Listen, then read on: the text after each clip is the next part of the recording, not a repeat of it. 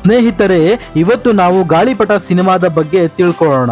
ಗಾಳಿಪಟ ಸಿನಿಮಾ ಮಾಡಲು ತೆಗೆದುಕೊಂಡ ಬಜೆಟ್ ಹಾಗೂ ಈ ಮೂವಿಯಿಂದ ಬಂದ ಒಟ್ಟು ಕಲೆಕ್ಷನ್ ಎಷ್ಟು ಅನ್ನೋದನ್ನ ಈ ವಿಡಿಯೋದಲ್ಲಿ ಕಂಪ್ಲೀಟ್ ಆಗಿ ತಿಳ್ಕೊಳ್ಳೋಣ ಬನ್ನಿ.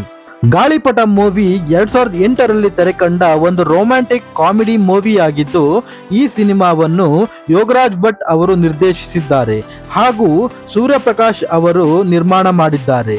ಈ ಸಿನಿಮಾದಲ್ಲಿ ಗಣೇಶ್, ದಿಗಂತ್, ನೀತು, ರಾಜೇಶ್ ಕೃಷ್ಣನ್, ಅನಂತ್ ನಾಗ್, ಡೇಸಿ ಬೋಪಣ್ಣ ಹಾಗೂ ಭಾವನಾ ರಾವ್ ಅವರು ಮುಖ್ಯ ಪಾತ್ರದಲ್ಲಿ ಕಾಣಿಸಿಕೊಂಡಿದ್ದಾರೆ. ಈ ಸಿನಿಮಾಕ್ಕೆ ಖ್ಯಾತ ಸಂಗೀತ ನಿರ್ದೇಶಕರಾದ ವಿ ಹರಿಕೃಷ್ಣ ಅವರು ಸಂಗೀತವನ್ನು ಸಂಯೋಜಿಸಿದ್ದಾರೆ. ಇನ್ನು ಈ ಚಿತ್ರದ ಒನ್ ಲೈನ್ ಸ್ಟೋರಿ ಏನಪ್ಪಾ ಅಂತ ಅಂದ್ರೆ, ಸಿಟಿ ಜೀವನದಿಂದ ಬೇಸತ್ತ ಮೂವರು ಸ್ನೇಹಿತರು ಅಂದರೆ ಗಣೇಶ್, ದಿಗಂತ್ ಹಾಗೂ ರಾಜೇಶ್ ಕೃಷ್ಣನ್ ಅವರು ಗಿರಿಧಾಮಕ್ಕೆ ಹೋಗಿ ಅಲ್ಲಿನ ಮೂವರು ಸಹೋದರಿಯರ ಅಂದರೆ ಡೇಸಿ ಬೋಪಣ್ಣ, ನೀತು, ಭಾವನಾ ರಾವ್ ಅವರ ಪ್ರೀತಿಯಲ್ಲಿ ಬೀಳುತ್ತಾರೆ.